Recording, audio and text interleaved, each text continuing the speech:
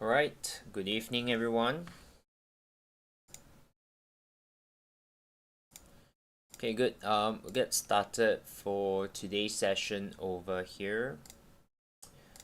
Okay, so as usual, what we're gonna do is I'm gonna share with you some of the outlook for the week.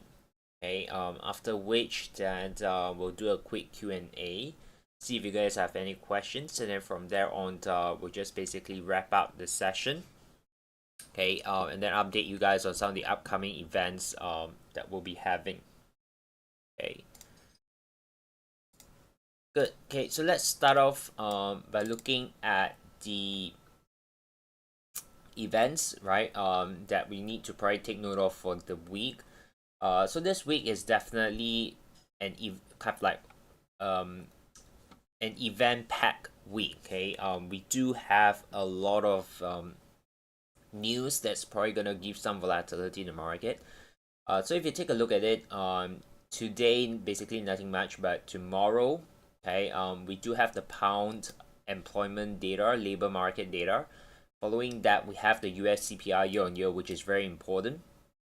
Okay, so over here you can see that CPI has in fact dropped quite significantly, from last year all the way until now it's about 4.9. That was last month data, and then this month here, the expectation is for it to continue to fall towards 4.1.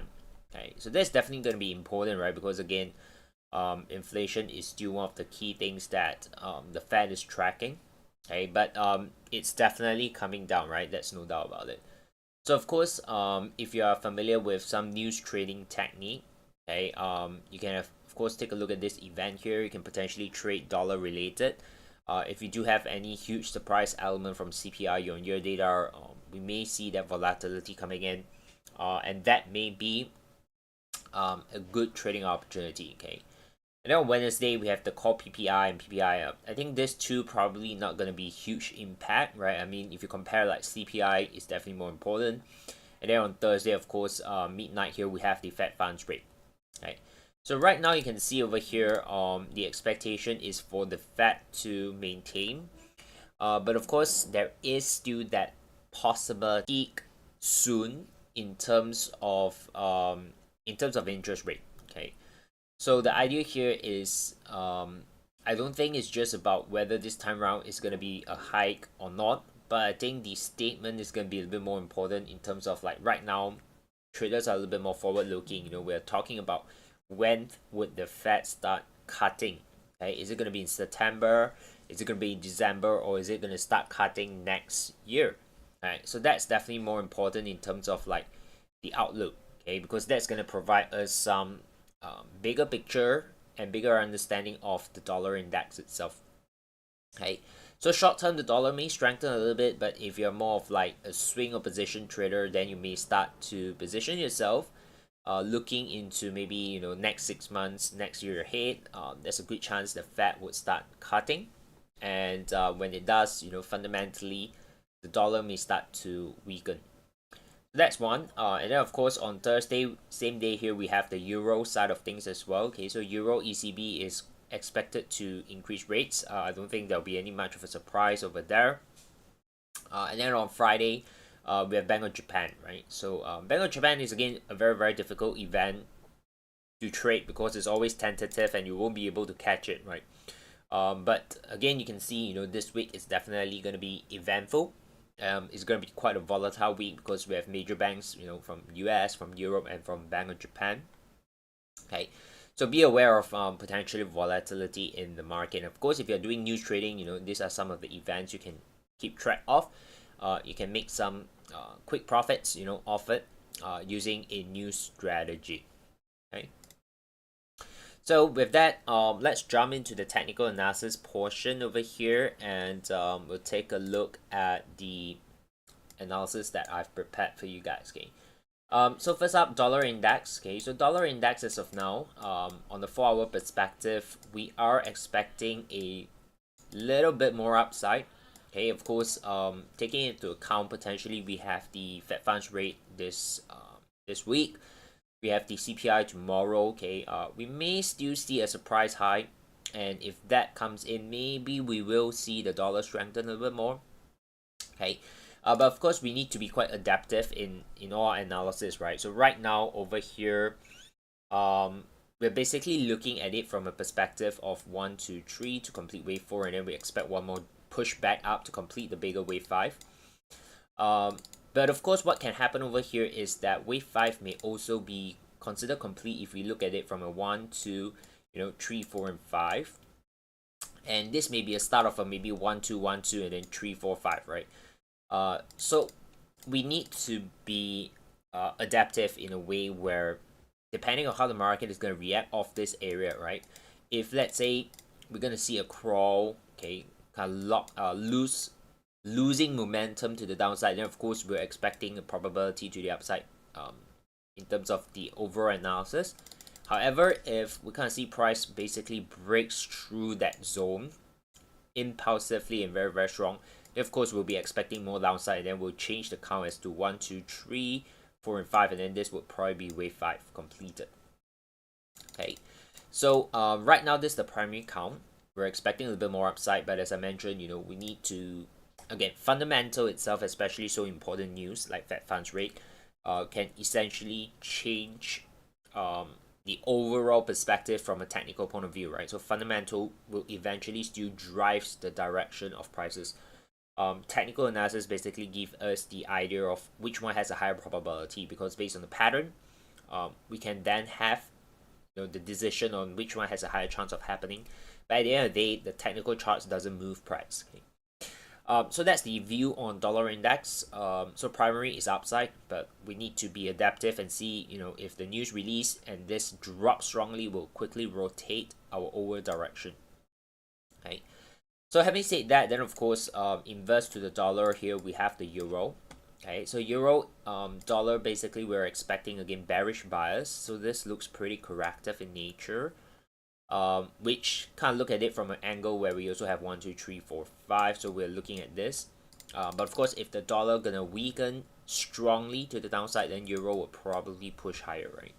So quite straightforward, right? Basically, this is just the inverse of the DXY. Okay. So take a look at this as well. I think if we kind of get a corrective push higher, right? We call it crawl pattern. Somewhere around this zone will give us a decent sell opportunity in the euro dollar. Okay. GBP USD, basically I'm selling this right now. Okay. I kind of got involved in a break here. Okay, a breakout trade.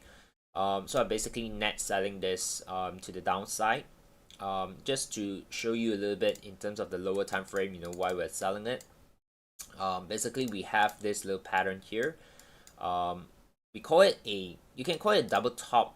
I can call it a crawl, whatever it is. This pattern basically tells you there's a higher chance of a reversal, and of course you add in your RSI. We do have a nice little divergence, right? So again, these are patterns that tends to repeat itself over and over again. Okay, so once you are familiar with something like this, in the future, if you see similar pattern, you can always capitalize on it. Okay, so my point of view over here in pound dollar is that we may get one more drop. Okay, potentially the pattern here that we're looking at is A, B, C, right? It's a very simple three-wave move that if this just keeps falling, we may look at it at a breakout here, or I would say this becomes our target zone, right? And if I were to put in a little bit of fits, right, the target area would potentially be at 1.2230, okay, or a little bit higher, maybe TP1 is about 1.23. So the downside is still huge. If let's say you're still not in, okay, then my suggestion is if you can get any kind of corrective pullback, that will potentially be a sell trade opportunity to the downside. Okay. So right now over here, what I would say is we can potentially shift the invalidation point a little bit lower. What this means is that, of course, if price breaks above this, we'll probably need to relook at it. But right now it's coming down quite impulsively. So naturally, we don't expect this to go back up, right? If it goes back up, then you probably need to relook at the entire pattern. Okay, but for now, this is downside. So this week here, any kind of corrective pullback, we may start to see a little bit more downside on that. Okay, which kind of coincides with dollar index potentially bullish on it, right? So that's on the pound dollar. Okay, and then we do have Aussie dollar over here as well. So Aussie dollar, right now what I'm seeing is we may have completed maybe a leading diagonal, not the best looking one, okay, but we are looking at it as a leading diagonal point of view. We don't really have an obvious divergence. This can be a leading diagonal. We can also label it as a simple three-wave upside. Again, to me, the label is not the most important aspect of all. Okay, the idea is we're basically looking at price. Often after a strong push, it tends to give us at least some kind of a correction or a reversal soon. You can see, right, market basically always move off, does a correction, move off, and then maybe does a bigger correction. Every time it moves off, it does a little bit of a pullback. That's how the market, in terms of FX, tends to develop. So when you see a move where we basically don't really have much of a pullback, always expect some form of a pullback. Okay, so the pullback may be deep, the pullback may be shallow, but in short, the idea is, of course, you don't want to be buying up here, right? Because any form of corrective pullback or reversal, a buy here wouldn't be beneficial. So we're basically expecting short-term downside, right? On Aussie dollar over here, so you can see, right? So short term, we expect a deeper pullback. So if you are interested, you can look for this week, maybe a sell, okay, towards maybe 6605. If this update a little bit, slightly higher, 6620 to maybe 6580. Okay, so this pullback is going to be short term. But once this is done, I think we may then see a little bit more of an upside here, right? So this may be the entire wave of correction. Okay, so this may be an entire wave of correction. And then from here, we may start a new move to the upside. Okay, so short term sell, but of course, don't expect like huge downside from here on, right? Because this up move is pretty impulsive in nature. So we are just basically looking at trading the pullback. Okay, so that's on Aussie side of things. Dollar CAD here, I'm bullish. I'm looking to get involved if the price can break above this mini high, right? So basically a breakout trade. Again, very simple pattern. This is coming down quite slow. Okay, so it's signaling a potential reversal. If you're looking at RSI, we do have the divergence very obvious in this example over here. So we're looking at, again, a push up.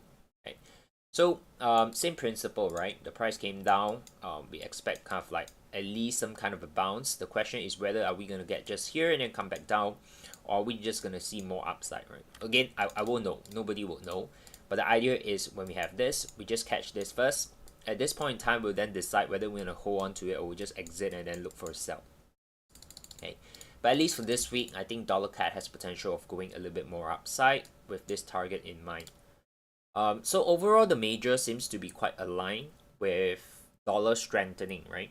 Okay, so that's something to note as well. Of course, if you're trading all of them, just be aware of your exposure on the dollar, okay? Because if let's say the dollar just decides to weaken and then you enter on all of this, then you just need to account for the fact that they are kind of correlated in a way. Okay, dollar yen here is something that I would say perhaps the neutral point of view, right? So most of the majors, we do have a clear direction that we can focus. But dollar yen here, I'm a bit neutral because this may be turning out into a very simple three-wave pullback and then maybe a little bit more upside. But at the same time, this can also turn into a triangle, right? Okay, so this can also easily turn into a contracting triangle, which means then of course this would not come down and break this, but basically just consolidate within this, right? So basically A, B, C, D, E, and then from here push back up. So right now, of course, we won't know exactly what pattern is, and a suggestion is just be neutral.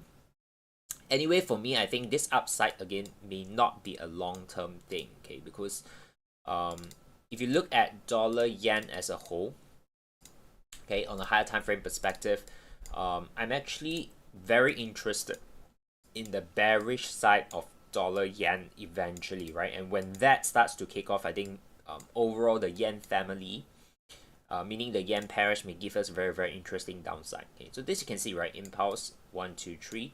When this completes, maybe this is another final push up. Okay, this downside would be very interesting. Okay, this here would be the yen strengthening across broad. Okay, because usually if the dollar yen drops, it can come from weakness of the dollar as well as the strength on the yen, right? And when that happens, most of the time, the yen pairs generally will fall through together. Okay, so I'm more interested in that. So for me, maybe I'm not so interested in the upside for dollar yen. I'll just be patiently and see if we can get a big sell to the downside. Okay, so that's on the yen pairs. And then in terms of gold here, we're overall bearish. Okay, but of course short term we may still see a little bit of upside. I'm not too keen in buying this. I'm also not too keen in selling the gold in the long run.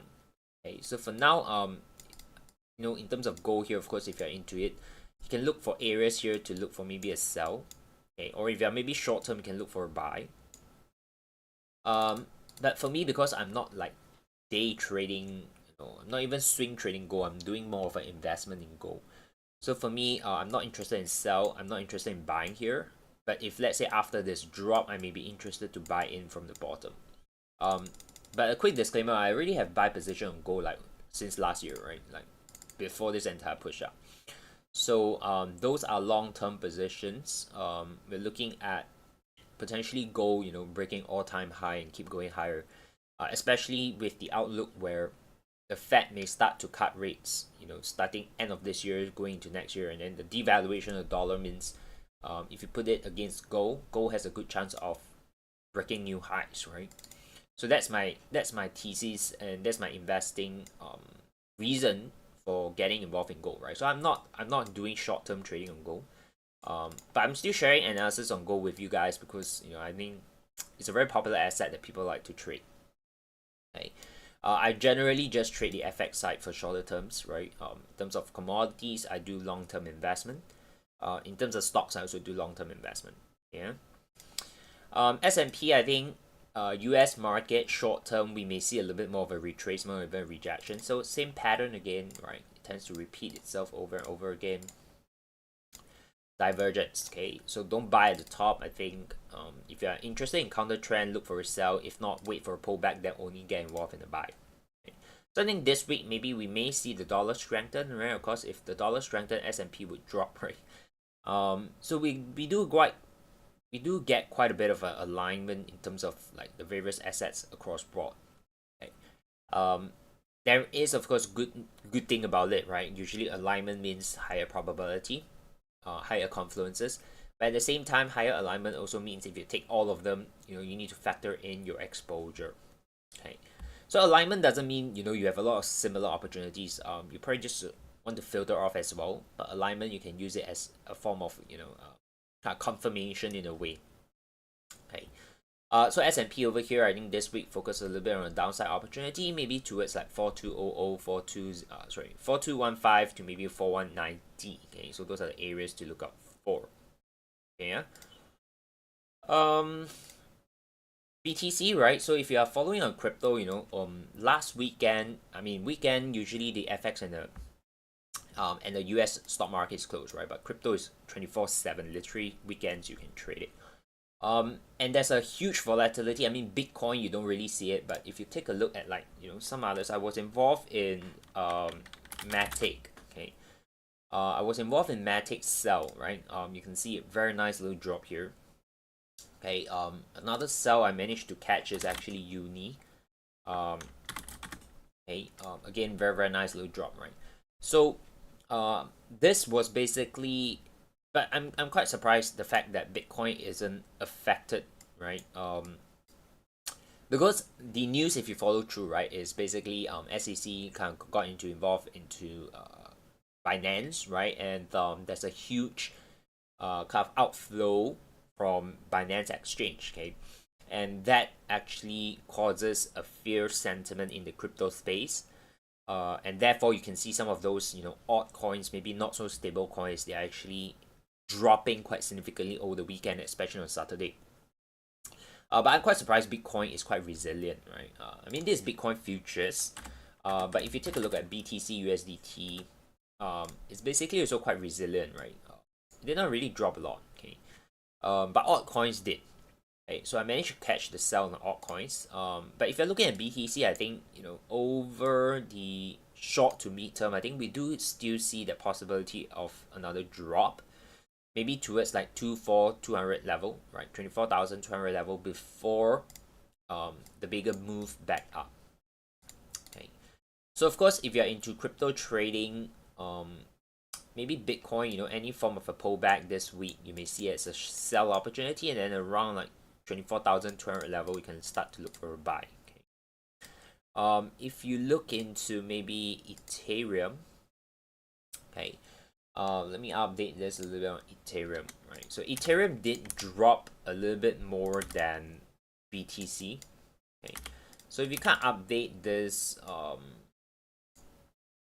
let me put it in a channel so it becomes a bit more.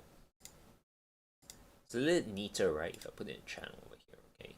So again, doesn't need to be perfect, but overall, we may see it as quite similar to Bitcoin, right? We may see a bit more downside.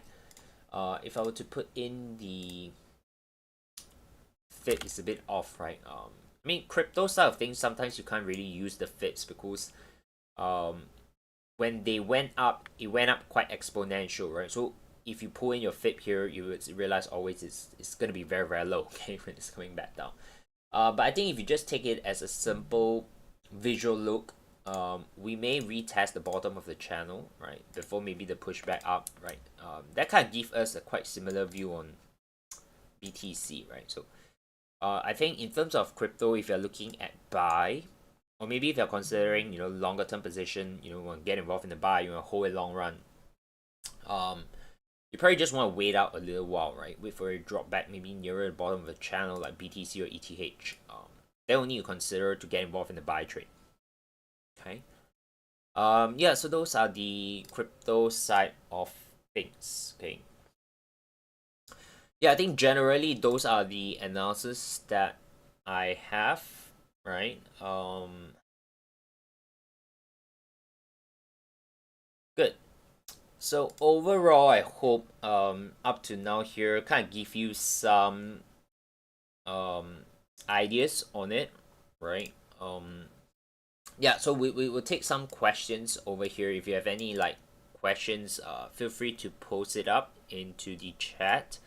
I just want to let everyone know, right now we're running this stream on like 3 platforms in a way, right? So we have running it on Zoom, okay, with some of our internal clients, running it on YouTube as well, and Trading Live platform.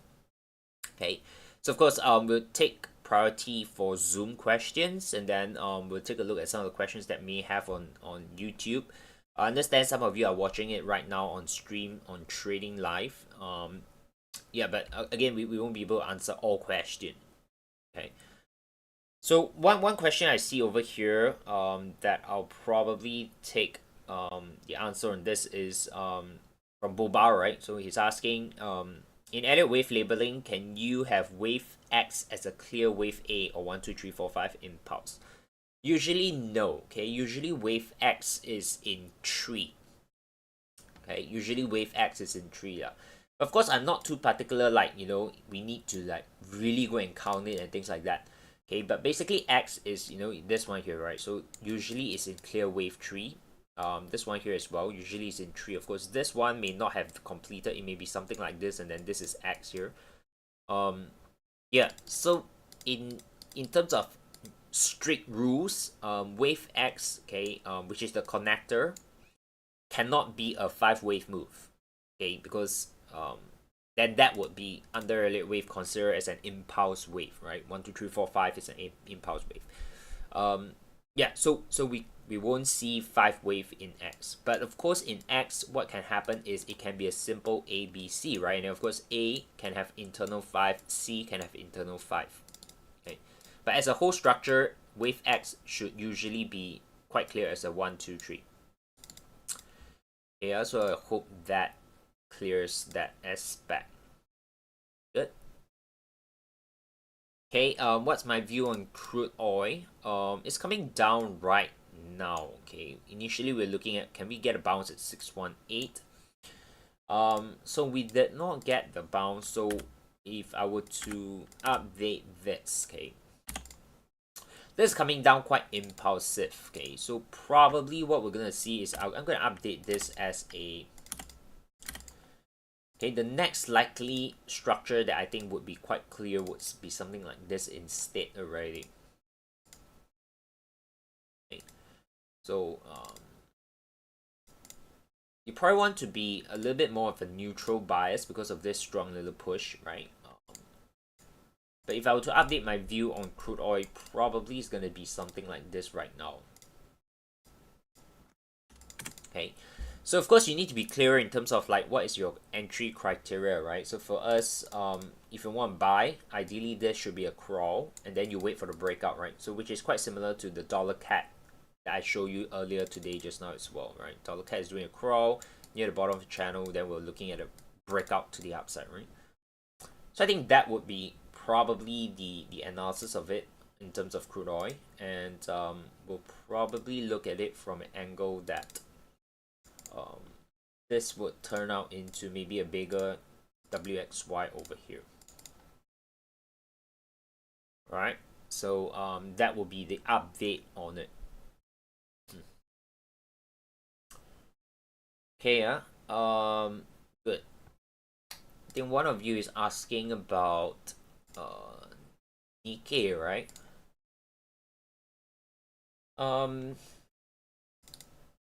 Okay, Nikkei here, you may want to be a little bit cautious in the upside.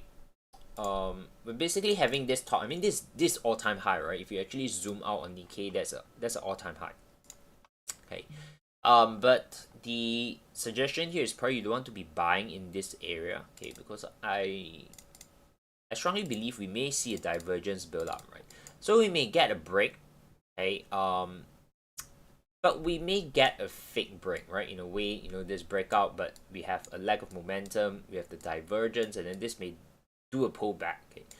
So there's no reason to be selling, okay? But I think you may want to be just patient and see if you can get a pullback towards certain areas over here, right? So first level to look up for is, of course, if price pulls back to this area, you can consider looking for a potential buy. Alternatively, it will be at this bottom, right? So I mean, the bias here is upside, unless we kind of get a strong little impulse down there. Of course, there's no reason to be buying anymore. But the thing here is any form of kind of corrective pullback, you look for a buy. Anything of a corrective pullback, you look for a buy. Okay. Yeah, so that's on Nikkei. There's no need for us to put in a wave kind of count, right? Because the idea is if it's an all-time high, there's basically nothing you can count about it. Okay. But we always focus more on patterns, right? As I mentioned, if this comes down correctively, that's a pattern that you can look for more upside. Okay. Okay, Yusuf asks, does LDR affects TA and EW? You may want to, okay, I may not understand what LDR means over here. Okay, maybe you want to type in, you know, like what's the full name of LDR so that I can make sure, you know, we understand that term. Okay. Okay, question here from Euro Pound. I think Euro Pound is currently moving up, right? Yeah, it's moving up. So Euro Pound, my view is this. Yeah, so Euro Pound actually last Friday I did have a sell. Okay, we kind of took off this morning. We can't have a buy and a sell, right? Basically, the sell is a hedge. I think we bought it like somewhere here. Okay. So we basically have a hedge last Friday. The market went down. We sell it, we hedge it, and then I shared why we want to take it off. Okay, so we kind of close off that sell, and then right now we're looking at price potentially coming back to our entry, and then we just close off the buy, and then net we'll make money from the sell. Okay. So Euro Pound, my viewpoint here is overall it's going to be bearish. But if you take a look from a longer term perspective, sorry, not longer term, but bigger perspective of this, we're looking at wave 5 here completed as an orange, right? Orange here is 1, 2, 3, 4, 5. Wave 3, white in color. So white in color is basically 1, 2, 3. So we're expecting the wave 4 of the white color label. Okay, and after that another 5th wave down, right? So overall, I think the direction of Euro Pound is downside, but right now, we may be expecting a little bit of a correction, right? A bigger correction over here. So if I zoom back in, that's where you can see today we kind of get a V-shaped bounce, right? So if you look at it from a V-shaped bounce perspective, you don't want to be buying immediately, right? But the idea is if you can get a pullback, then of course we can expect more upside. And then around this zone, that's where wave 4 would potentially complete. I don't expect it to just keep going up very fast, right? I mean, if it does, then this becomes a quite impulsive move. We'll need to look deeper into it. Okay. But if this basically does a slow move, you know, something like that, correctively to the upside, then of course we can naturally be expecting more downside after which. Okay. Okay, yeah.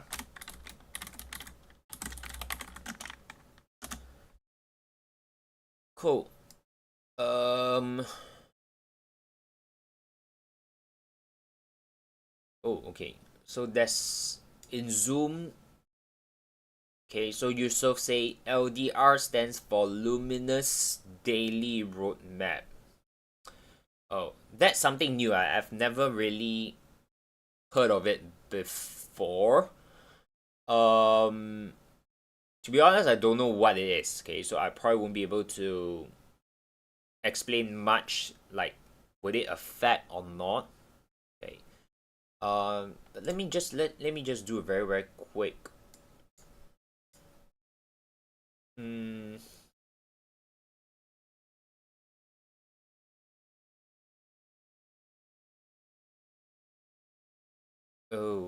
Okay.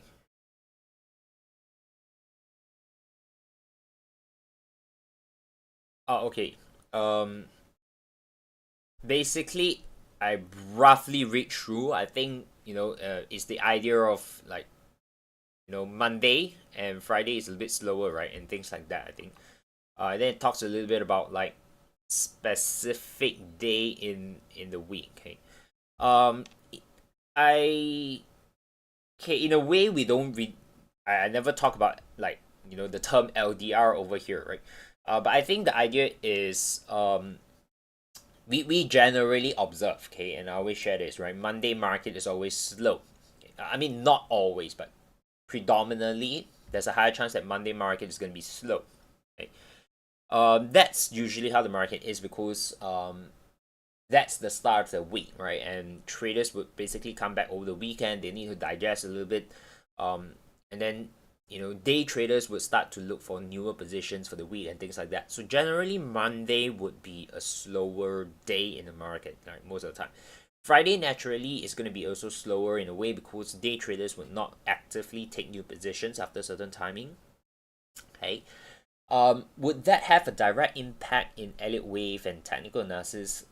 It really boils back down to the time frame you're looking at, right? Because if you're looking at a 4-hour chart, right, like we look at 4-hour chart, it doesn't really impact much because on the 4-hour scale, what you're analyzing is not just one day's worth of data, but you're taking into account like couple of weeks data points, and then you analyze it based on that perspective, right?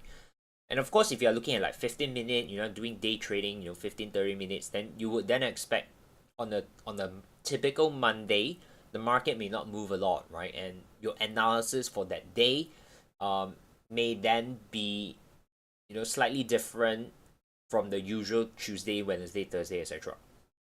Okay. So if you are looking at lower time frame, you probably need to factor in all these things, right? And not only within the days, but I think within sessions, right? Like Asia session generally are slower and things like that. Okay. Yeah. So again, if you're looking at small time frame, you need to factor that in. If you're looking at a higher time frame, then it doesn't really matter. Yeah, so last question we're gonna take over here is Euro Odd and Euro New Zealand. Okay, and then we're gonna wrap up the session over here. Okay, Euro Odd, Euro Kiwi. Okay, I would suggest maybe on this two pair you may not want to be selling it, right? I think my first immediate observation on Euro AUD is we're kind of getting very close to a three-wave completion, right? So kind of get this 1, 2, 3, quite close here. I think we're gonna start to see some divergence between the bottom, right? We have that. So we expect kind of like a retracement, right? Maybe back towards this zone here, okay? If you pull a fib, this will be about 50%, right? So you may want to start expecting that kind of pullback. So you may not want to sell that. Okay, you may want to start to look for maybe potential reversal. If you're looking at Euro New Zealand, it will be slightly different, but I think the direction is still upside. It's just that maybe this one here, the pattern is slightly different, but we still see an impulse three-wave correction. This may start to build up. Okay, now this one here, I don't think this three-wave is done, right? I think this is an internal tree. Maybe we'll get a bigger one like that, and then another 1, 2, 3. Okay, something like this before that push. Okay, so you need to be aware that it can develop longer as well, but the direction here is probably not sell. Okay, it's probably not sell. So I think Euro AUD and Euro Kiwi, at least from a forward time frame perspective, I would say you may want to focus on the buy. Right, I think Euro AUD is more of a reversal potential, and then Euro Kiwi is more of a, you can call it trend continuation. Okay. Simple things like come back to key areas, right? You can see here, right? Breakout, come back, retest, and right. Doesn't need to be overcomplicated sometimes, but of course, if you combine it with wave theory, right? Then we usually have this as a simple three-wave move, right? Good. Okay, so I hope kind of help you and give you guys some insights for today's sharing over here. Now to wrap things out very quickly, okay, for those of you who are currently based in Malaysia, specifically in Ipoh as well as Penang, okay, we do have an upcoming offline event that we're gonna conduct. Okay, and we're gonna share with you more on EA trading. What you need to take note of, and introduce to you what is the PAM system and things like that. Okay, so just very quickly, if you're not aware of this upcoming event, okay, just very quickly share with you in Ipoh. Okay, it's gonna happen on this coming Thursday. Okay, so it's gonna be on the 15th of June. 8 p.m. to 10:30. Okay, it's gonna be in Chinese. Okay, so if you're based in Ipoh and you would like to understand a little bit more about EA trading and the PAM system, feel free to join us. And then on Saturday morning, we'll be in Penang, Georgetown, right? So in Penang Island, this will be in English. The topic is gonna be similar. Okay, just that this is conducted in English on 17th of June. And then in the afternoon, we'll be heading over to Bukit Mertajam, and this will be in Chinese. Okay. So if you're based in Penang, whether you're at Butterworth area or like Penang Island, okay, if you'd like to join us in English, you can come over to the island. Okay, if you'd like to listen to it in Chinese and Mandarin, right, you can go over to Bukit Mertajam, which is happening at 3:30 to 6 p.m. Okay, so you need to RSVP so that the team is able to prepare the seats for you. Okay, so how do you RSVP? Very straightforward. If you're in Zoom, okay, just click on the link. Then there's a WhatsApp link. Basically, it will lead you over to the WhatsApp app. Okay, and then you can just message the WhatsApp number over there. Tell them that you would like to RSVP for this upcoming event. The team will help you. Okay. If you're watching it on YouTube right now, what you can do is you can go over to the description box below this link. Below this video, you'll see a link. Okay. If not, then what I've done is you can go over to my Instagram, right? If you click on this link here, you will be able to see RSVP for upcoming event. You can do that via this website over here as well. Okay. Good. So that's all from me for today's session over here. I hope it can give you more insights and ideas into the market and help you kind of prepare a little bit ahead for this week. Okay, yeah. So all the best to your trading, and we'll see you guys in the event itself. If not, then we'll see you guys next Monday. Okay, so see you guys. Bye-bye.